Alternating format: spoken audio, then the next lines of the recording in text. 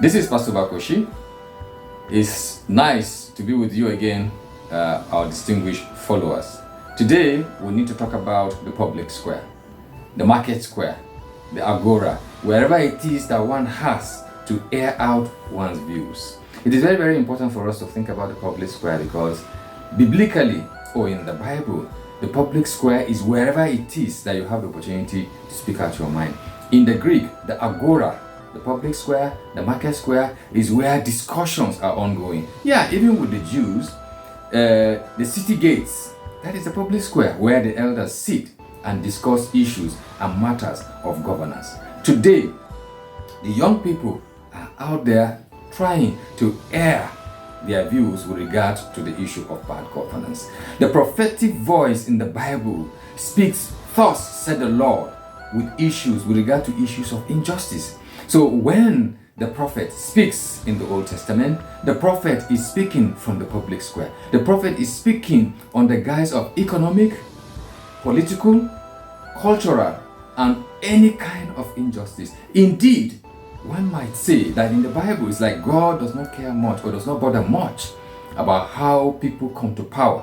But he is concerned about the issues of justice. Let justice flow like the river. Indeed, Jesus said it, that the Spirit of the Lord is upon him in Luke chapter 4, I think verse 18 to 19, that the Spirit of the Lord is upon him to set the captives free, to set the oppressed free, and then to declare the year of the Lord's favor. We need a declaration of the year of the Lord's favor. So it is the duty of the church also to hold those in power to account. And indeed, one needs to be fair to the church because I'm a member of the church, I'm indeed a pastor of the church. We have been holding the people in power to account. Yes, some people might say that our voice is not as strident as that of the prophet because a strident voice is a voice that irritates. The prophet voice irritates. Remember when Nathan spoke to David about what David did to Bathsheba? It was the strident voice of the prophet. He said, "You are the one that has stolen that goat," that through the parable that he gave with regards to the rich man and the poor man with one goat and with the many sheep that the other one had. So he told David, "You are the one." And indeed David said that that person ought to be killed for taking that one sheep that belongs to that poor person. And Nathan told him, "You are the one." That is the prophetic voice. And when you look through all the Old Testament, when the prophets speak, they often speak like Jeremiah, like even Habakkuk, Amos, and the rest of them. They all speak about economic and political injustice, exploitation by those in power.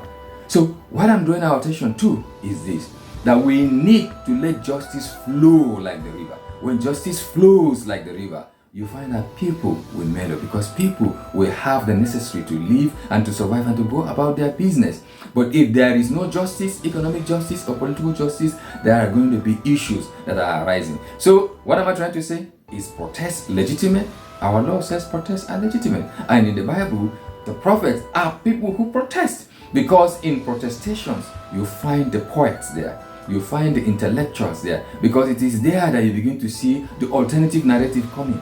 That is why you heard about all the demands from the young people or from the various groups who are protesting, saying there should be end to bad governance, there should be return of a subsidy, the fuel should not be as expensive as it is today, running up to 1,000 naira in some places. There should be food on the table because you go every day, you go to the market, there is one price change or the other.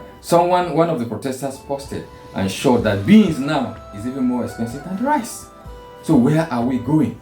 So this is a clarion call that justice should flow like the river. There must be economic justice. There must be food on the table for the poor people. Otherwise, but our prayers are with those who are protesting.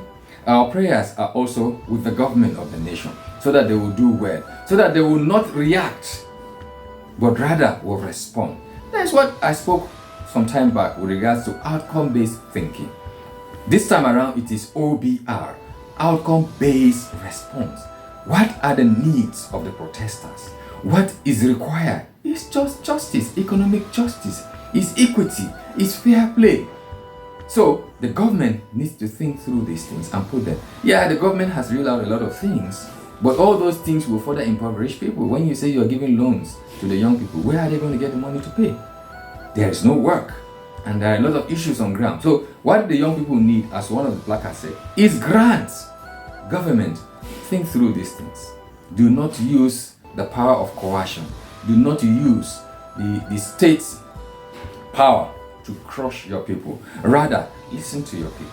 Rather, speak to your people. Rather, tell your people that these are what we are doing with various timelines, so that the young people can say, okay, we are holding you to account. So that we in the church can say also, okay, we are holding you to account because you say at this time or at this point in time, these are things that will be rolled out. At this point in time, these are things that will be rolled out. So our prayers are with all those who are speaking their voices in the public square, whatever it is that they are speaking for. I'm also speaking from my study. This is my own public square. May the Lord be with us all. Thank you.